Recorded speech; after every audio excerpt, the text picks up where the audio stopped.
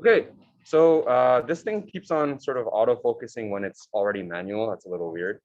So please take a look. Today is actually going to be a joint lesson of chapter 6.4 and 7.3, largely because it's going to be a day of laws. So anytime you see a logarithm that's difficult, I guess, to solve on its own using a calculator or whatnot, or even manually in your head, there are certain laws that we can use to simplify and therefore successfully solve and get the final answer. And that, imagine, you can imagine why it might be important, particularly in the field of sciences and I guess engineering too.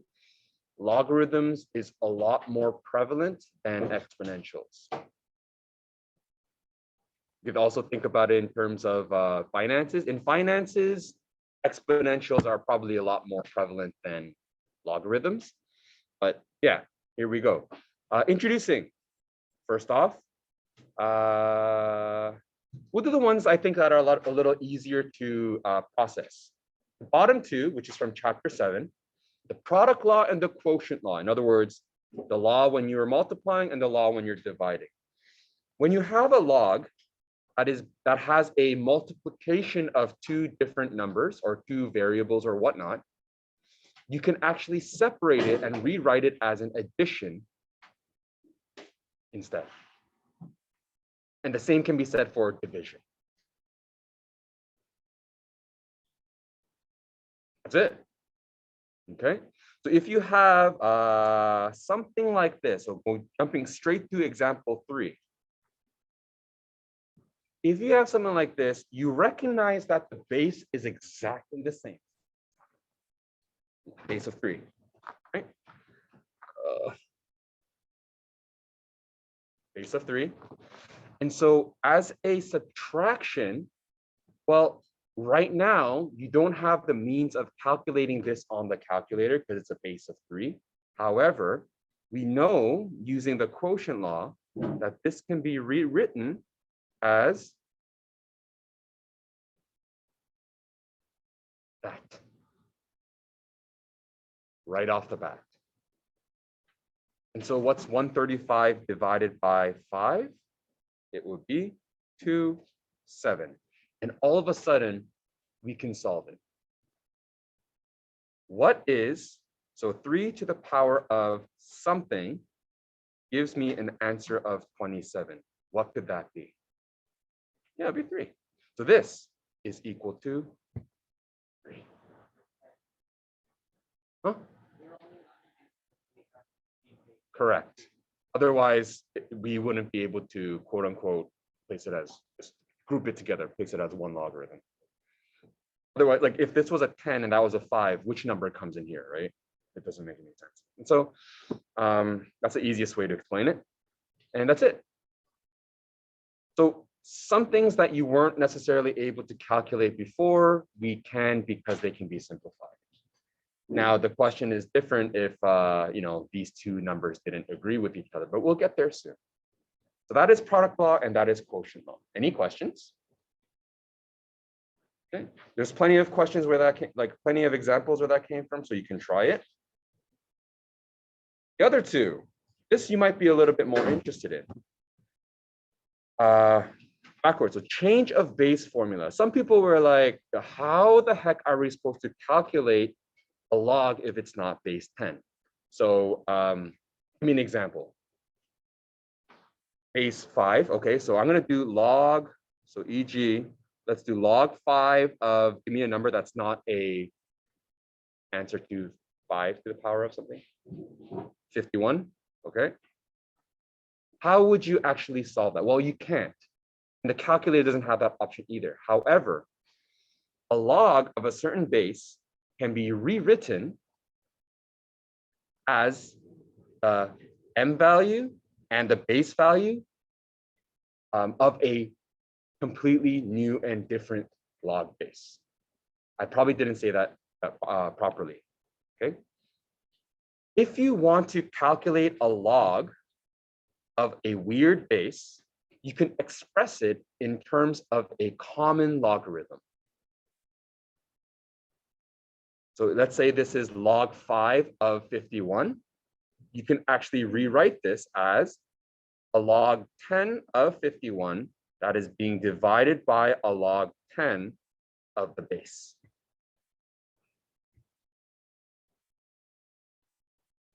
They are equal to each other.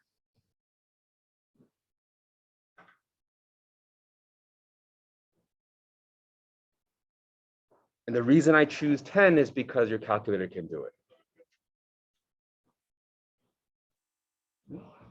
At this time, a shameless plug into sciences,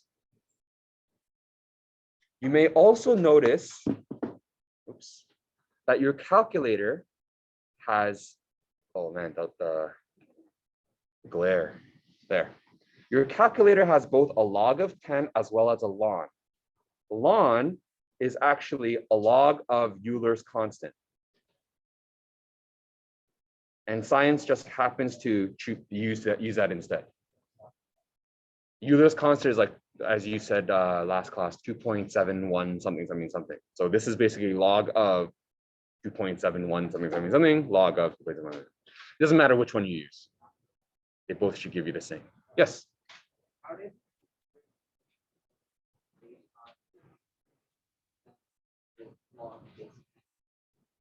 You can choose whatever you want. You could have chosen log 1 million of 51 over log base million of 5.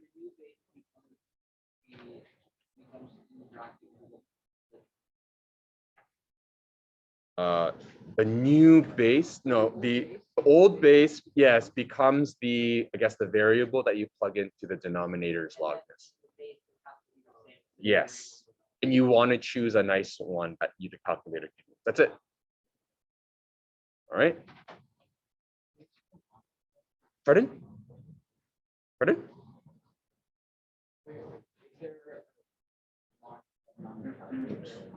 There should be. It depends on your calculator. If your calculator is more financial, then there's no need for a log, a ln.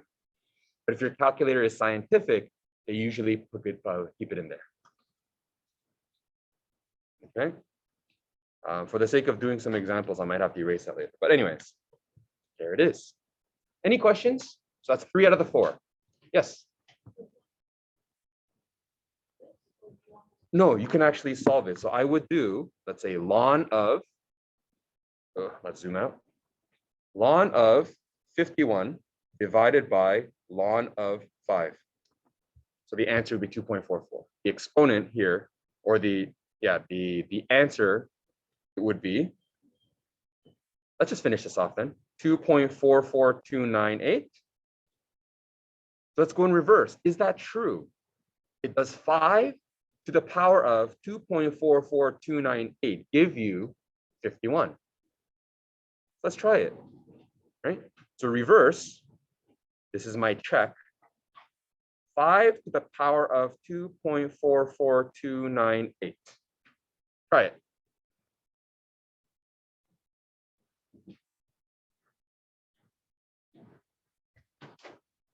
Close enough. Approximately 51. There. Okay. So if you were to solve 51 and 5 as a common log, okay, you get the same expression as our original. So you can use either. Example. Is there one I can use? Sure. Part, I guess letter B. Example 2, letter B. So example 2, letter B, and correct the 3 decimal places.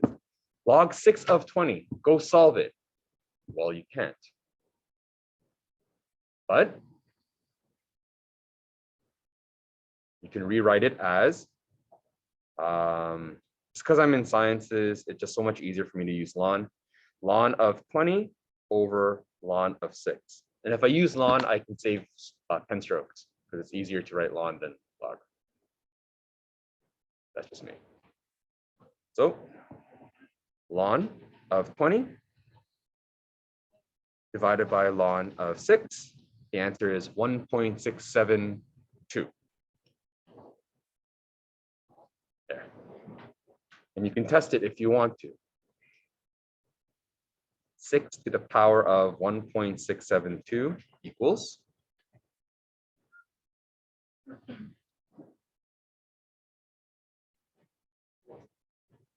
20.00. There. Yes.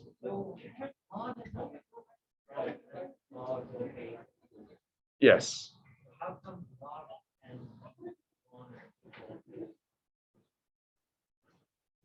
You could think of we're doing the same thing to the top and bottom.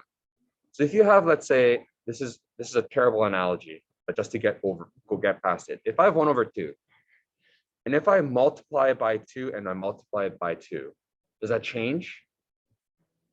No. Okay, so it becomes different, 2/4, but it doesn't change the fact that it's a half. In the same way, if I did 1/2 times 5 and 5, same thing. If I were to take this entire thing and if I were to do 1/2 to the power of 5, 1 to the power of 5 over 2 to the power of 5, right? Everything is applied to the top and bottom in that way. And so it's a terrible analogy, actually, now that I think about it, what I just said. Yeah, let's do that afterwards. Okay. Okay, the very last one. Yes, question? For B? Log. Did you use ln or did you log? That's fine. I'm gonna try. Let me try it. Log 20, log 6. So log of 20 divided by log 6, I still get 1.672.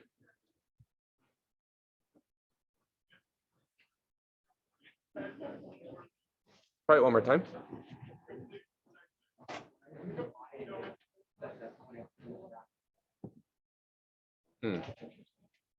Yeah. Okay. Last one. And this is going to be the most useful, especially if you're going into calculus. If you are applying a logarithm of a number that already has an exponent in it. Let me try to focus. Okay. A log of x to the power of n. You can literally ignore that exponent and drop it down to the front as if it was a coefficient. That's called the power law of logarithms. That one I can actually prove because it's a lot simpler. The other ones I think takes a little more time and I'd have to think about it. So anyways, log. So for example, we do the first one. Log of 3, log base 3 of 9 to the power of 4. Now that's really annoying. Not only do I not want to do 9 to the power of 4 because it's a huge number, then I have to see how many times 3 has to multiply to get there. No, thank you. But using the law of logs or power law, you can actually rewrite this as just that. 4 drops down as a number, as a coefficient. And then you can do this in your head. 3 to the power of what gives me a 9? 2. So it's 4 times 2. The answer is actually just 8.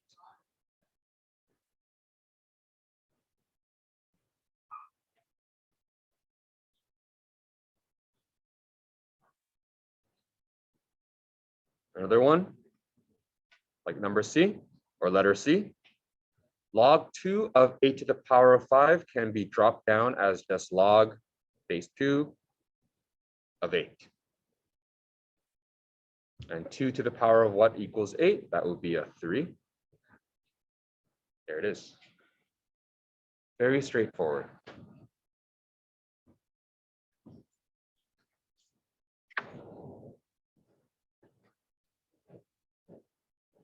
Any questions? Take a look at the back page. wondering if any of these are maybe particularly challenging. Would you take a look at the questions on that back page? Is there any that you'd like to do before I set you free today? I feel like they're all doable. How about, you know what, example 5 or 6? What do you think? How about we try example 6? So given all the laws that you have right now, can you solve this? They give you log base 2 of 5 as 2.3219. Can you calculate log 2 of 20 without a calculator, I think? Let me see. Yes.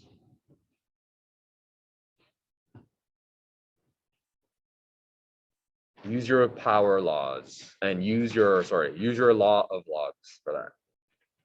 I'll give you a minute. It might take a minute.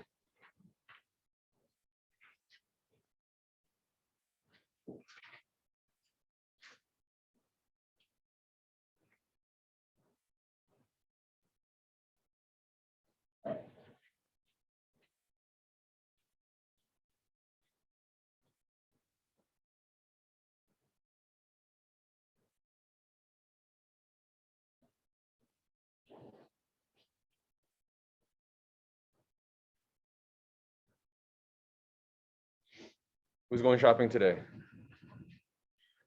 One person. Hey, 2 people. Was it?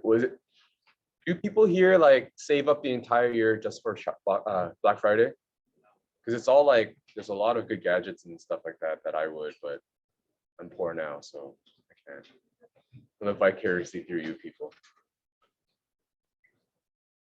Did you know Shoppers Drug Mart has tech stuff? Yeah. I didn't know that. No, it's like I rushed to pick up emergency Advil for my baby because she was sick, right? And I'm walking by, I'm in a rush, I'm like sweating. I'm just like, oh my goodness, my daughter's throwing up. I have to get so that she can feel better. And shining on the shelf is like 60% off. There's like some tech stuff.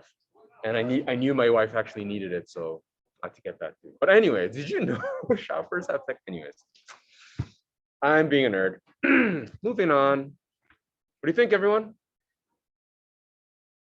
So the key for this question is, why the heck did they give me this in the first place? It must be useful. Yep.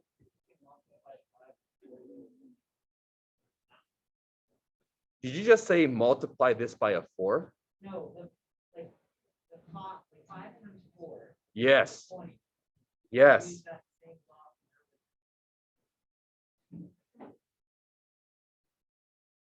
Okay. Okay. So how does that help us? Well, you're on the right track. If you have a log with a multiplication inside, log 2 of 4, how do I separate that? You can't, it's not like a distributive property.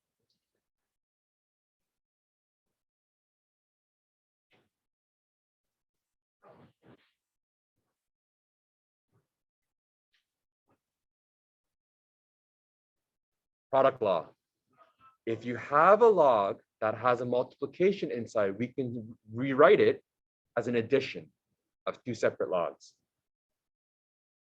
And so you can figure this out in your head, I hope, because 2 times 2 is 4. And log 2 of 5 is given to us. There it is. No need for calculator. Right? And of course, you could have used, what is it? Changing of the log base. Like you could have done log 10 of 20 over log, sorry, you can't even see that. Log 10 of 20 over log 10 of 2. You can do that for sure. But that wouldn't be making use of this. So a question like that, you know, even that you would still need a calculator. So how do you do this without a calculator? There's always going to be a way. Okay.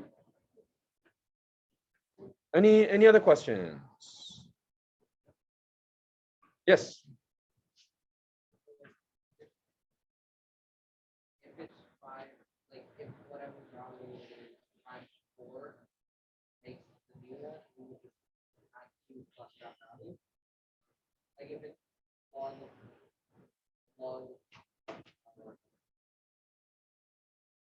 24.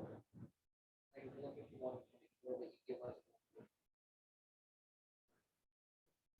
you give us log 6 and you get the 2.32.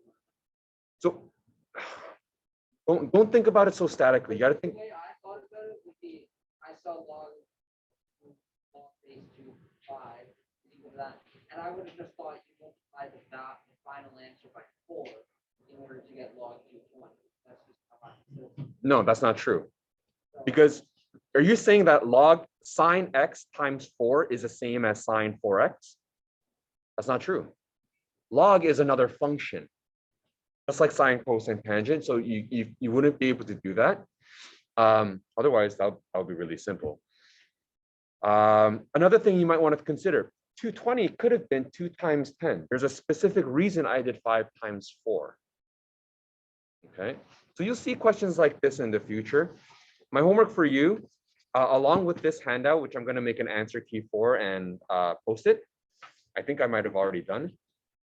These questions, this sheet right here, the answers are already on the back, so you can confirm it yourself. If you do see an error, please let me know and I will fix it.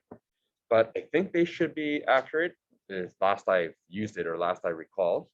Numbers 1 to 6, there are lots of questions. So maybe you want to do ACEG for each question, just to get a bit of a sprinkle of every type of question asked. Otherwise, the rest of the time is up to you. Any final questions before we wrap up? All right. Start your weekend early. Good job, everyone.